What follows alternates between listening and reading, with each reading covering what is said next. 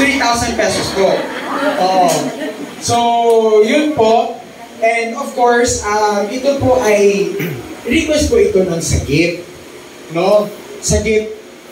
Request po ito ng RUA Foundation Philippines Incorporated, which is under din po ng Sagip.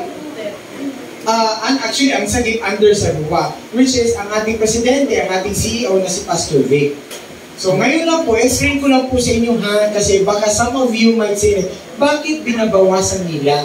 Hindi po namin yan binabawasan. Tell you straight. Hindi po namin yan binabawasan dahil po ang bawas, pag bigay ng pera sa inyo, kukuha ng pera, wala ng kapalit. Tama? Yan ang bawas. Ito ay bumili po kayo ng Sagip. So, if you're going to give that amount, may kapalit naman po na Sagip. Diba? Anong tawag yan? Donation. Diba?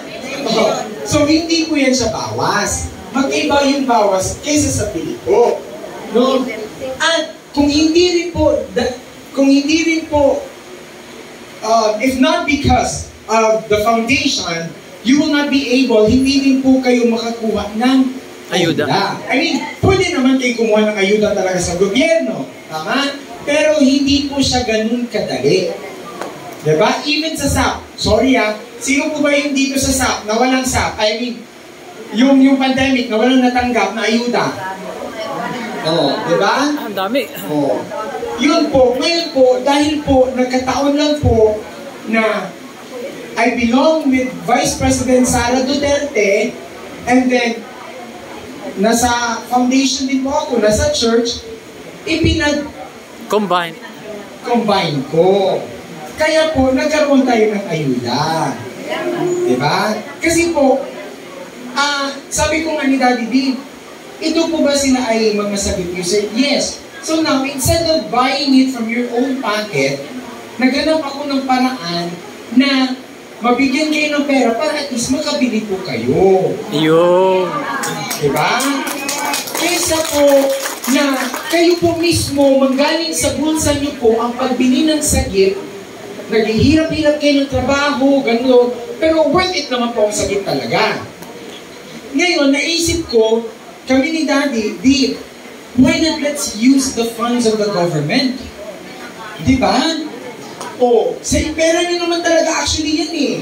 Okay? So ngayon po, napag-usapan namin na mag-request ako sa DSWD para mabigyan kayo ng ayuda para makabili kayo ng Sagip.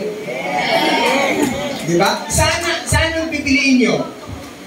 Kukuha kayo ng Sagip galing sa pera nyo, from your own pocket, or galing itong ayuda na through the foundation, nakabili kayo ng Sagip. Mamili kayo. Saan ang gusto nyo?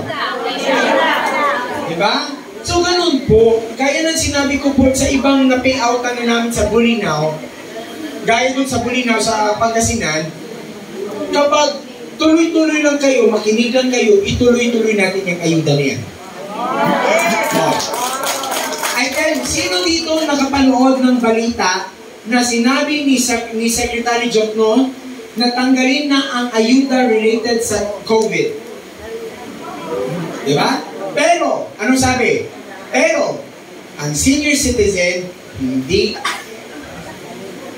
Patuloy pa rin yung ayuda. Diba? At even the solo parent din po. And PWD, hindi naman talaga pwede matanggal yan eh. Pero related to pandemic, tanggal na. Now, you are all privileged because you are a senior citizen and PWD and a solo parent. So ngayon, ang request ko lang sa inyo, huwag po kayong mag-react agad. Kayo na nga, kayo nga natuwa, sino po ba dito yung social pension? Yung pensioner. Magkano natatanggap niyo yung amount? 500. Di ba po? 500 every month. Mag-antay pa kayo ng ilang buwan bago makuha? 3 months. So that's 1,500. Di ba? Pero itong ayuda natin, magkano po? 3,000.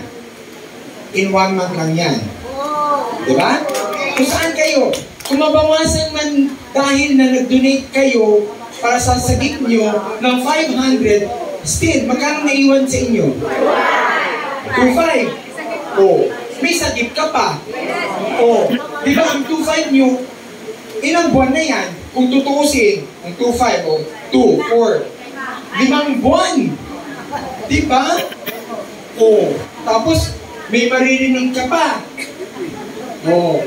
Eh, kung wala akong maririnig na walang nagreklamo, sunod buwan na, the next month na naman, bibigyan ulit namin kayo ng ayuda.